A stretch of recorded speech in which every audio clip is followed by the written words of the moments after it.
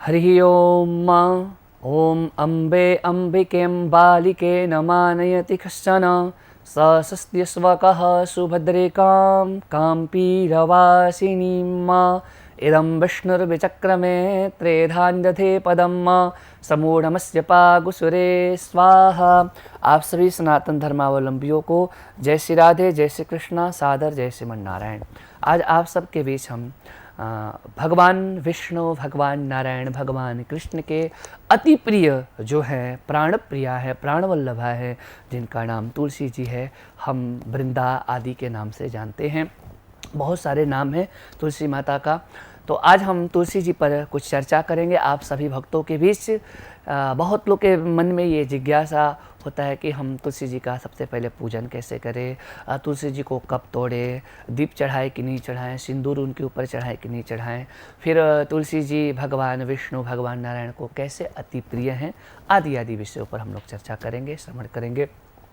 सबसे पहले तो ये हम सभी जानते हैं कि भगवान नारायण यानी भगवान विष्णु को तुलसी माता अति प्रिय है। क्यों प्रिय हैं, इसके पीछे शिव महापुराण में इसकी बड़ी विस्तार से कथा है कि तुलसी जी के साथ कई बार देवताओं के हित, संपूर्ण त्रैलोक्य के हित करने हेतु, जालंधर आदि, शंखाचूर्ण आदि राक्षसों पर कृपा करने हेतु भगवान उद्धार करने गए। उस बीच में तुलसी माता जो वृंदा आदि कई रूप में थी, उन सभी के साथ जाकर के भगवान ने प्रेम स्थापित किया और उसके कारण कई बार जो है तुलसी जी ने, वृंदा ने शरीर का परित्याग की और बार बार भगवान उनके साथ प्रेम स्थापित किए। यूँ कहें तो संपूर्ण देवताओं के हित के लिए, राक्षसों के उद्धार करने हेतु भगवान ने ऐसा किया। और तुलसी जी के अंदर वो जो पातिव्रत, पति के प्रति जो समर्पण, अनन्य भक्ति भगवान नारायण ने देखा।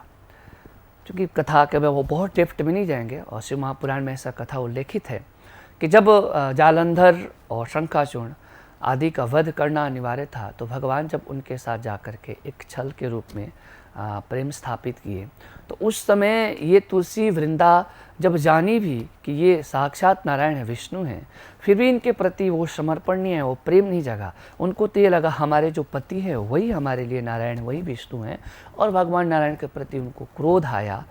इस वजह से ये पति के प्रति निष्ठा, अनन्य प्रेम को देख करके भगवान नारायण तुलसी माता पर प्रभावित हो गए कि वाह, ऐसे पति के प्रति, ऐसे पतिव्रता, ऐसे पति भक्ति हर नारी के अंदर आना चाहिए। इसीलिए तुलसी जी पूजनीय हुई, प्रतिष्ठित हुई और भगवान नारायण को प्रिय हुई।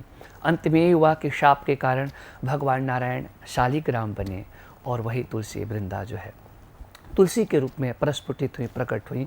अंत में शिव महापुराण में यह भी वर्णन आता है, कहा गया है कि जो भक्त शालिग्राम भगवान पर, ये नारायण रूप जो शालिग्राम है, उनके ऊपर तुलसी जी से अर्चन करता है, अभिषेक करता है, तुलसी जी को चढ़ाता है भगवान का नाम लेकर के, तो उससे भगवान नारायण अति प्रिय होते हैं।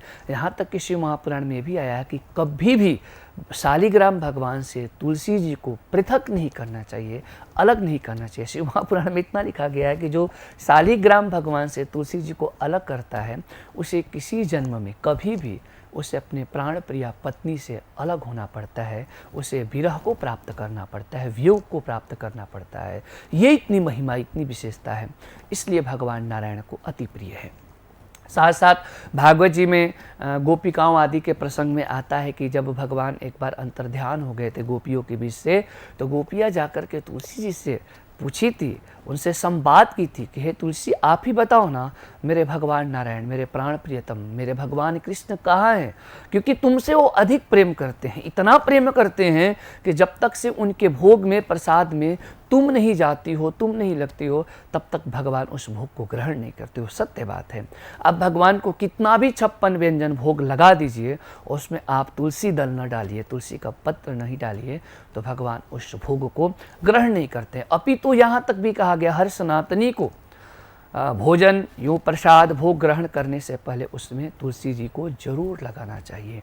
तो इतने सारे, मतलब हमारे भगवान नारायण को अति प्रिय कौन है? तुलसी माता है, और तुलसी जी की बड़ी विशेषता है। आध्यात्मिक दृष्टि से, शास्त्र दृष्टि से तुलसी जी बहुत विशेष है, पूजनीय है, श्रेष्ठ हैं। और वैज्ञानिक दृष्टि से भी कहा गया है कि किसी भोजन में, किसी वस्तु में यदि कहीं कोई धोखे से जहर डाल दे, विष डाल दे और उसमें यदि हम तुलसी जी डाल देते हैं तो तुलसी जी के स्पर्श से वो संपूर्ण उसका विष का प्रभाव नष्ट हो जाता है। हालांकि मैं निवेदन पूर्वक हूँ, ऐसा कोई प्रयोग करके मत देखिएगा, पर इसका जिक्र आता है, वर्णन आता है। ये तुलसी जी का महत्व है। और मैं कहूँ तो आयुर्वेद का सबसे कोई इम्पोर्टेंट है तो वो तुलसी जी हैं। आज भी किसी को जुकाम हो जाए, खांसी हो जाए, यूँ कहते हैं तुलसी जी का जो लोग नित्य ग्रहण करते हों, कई प्रकार के बैक्टीरिया का शमन होता है, नाश होता है और बहुत प्रकार के रोगों से उन्हें मुक्ति प्राप्त होती है। तो तुलसी जी का हर दृष्टि से, हमारे आध्यात्मिक दृष्टि से और हमारे वैज्ञानिक दोनों दृष्टि से तुलसी जी सर्वश्रेष्ठ हैं, बहुत अच्छी हैं। पूजन कैसे इनका करें? सबसे पहले तो मैं सभी सनातन धर्मावलंबियों से प्रार्थना करें कि हर सनातनी को, यूँ कहें तो हर व्यक्ति को, जीव मात्र को अपने घर के आंगन में तुलसी जी होना बहुत ज़रूरी है ना। और तुलसी साक्षात देवी हैं, भगवान नारायण की प्राण प्रिया हैं, तो उनका हमें पूजन भी करना चाहिए, जल चढ़ाना चाहिए, फूल चढ़ाना चाहिए। और बहुत माताएं क्या करती हैं कि तुलसी जी में सिंदूर चढ़ा देती हैं। तो मैं निवेदन करूं, यदि आप सिंदूर चढ़ाती हैं तो उसे बस एक आप दर्शन कराइए, तुलसी जी पर सिंदूर अधिक मात्रा में मत चढ़ाइए। हाँ, जिस दिन तुलसी माता का शालिग्राम भगवान से हम लोग विवाहोत्सव मनाते हैं उस दिन एक दिन आप करिए, पर नित्य करने से क्या होता है कि सिंदूर में वो केमिकल होता है, वो जहर होता है, जिससे तुलसी जी का कई बार वो सूख भी जाती हैं। तो इसका कारण होता है सिंदूर। तो नित्य आप तुलसी जी पर सिंदूर मत चढ़ाइए। बाकी दीप भी दिखाइए उन्हें, लेकिन कई बार क्या होता है कि दीप दिखाते समय माता के बिल्कुल समीप में ही रख देती है, उससे भी तुलसी जी सूखने का बहुत होता है। तो उस दीप को थोड़ा सा वहाँ से दूर रखें।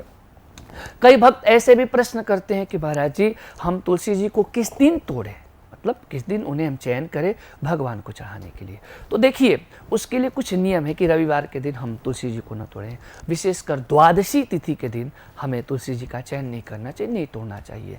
लेकिन एक पक्ष ये है कि ये जो रविवार, द्वादशी आदि जो नियम निषेध किया गया है कि हमें तुलसी जी नहीं तोड़ना है, तो वो उनके लिए, जैसे हम काढ़ा के रूप में, औषधि के रूप में, या हम अपने नित्य सेवन के रूप में जब तुलसी जी को तोड़ने जाए, उसके लिए ये नियम हमें फॉलो करना चाहिए।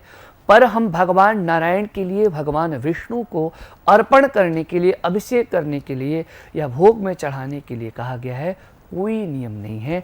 हम भगवान को चढ़ाने के लिए हर दिन, यहाँ तक कि रविवार, मंगलवार, हर एक दिन हम तुलसी जी का चयन कर सकते हैं, उन्हें भगवान को चढ़ाने के लिए ले सकते हैं। हाँ, खूब यदि आप एक दिन वर्जित करना चाह रहे हैं तो द्वादशी तिथि के दिन, एकादशी के बाद, चाहे वो कृष्ण पक्ष की द्वादशी हो, है ना, शुक्ल पक्ष की द्वादशी हो, द्वादशी तिथि के दिन आप तुलसी जी न तोड़े। प्रयास करिए एकादशी या उससे पूर्व दशमी के दिन हम तुलसी जी को तोड़ करके अधिक मात्रा में रखें, क्योंकि 1-2 दिन पुराने तुलसी जी भी हम भगवान नारायण पर चढ़ा सकते हैं, शालिग्राम को अर्पण कर सकते हैं, या भोग में, प्रसाद में उसका हम प्रयोग कर सकते हैं। पर यह सत्य है कि भगवान को चढ़ाने के लिए हम कभी भी तुलसी जी का चयन कर सकते हैं। पुनः पुनः आप सभी को राधे राधे, जय श्री कृष्णा, जय श्रीमन नारायण सादर।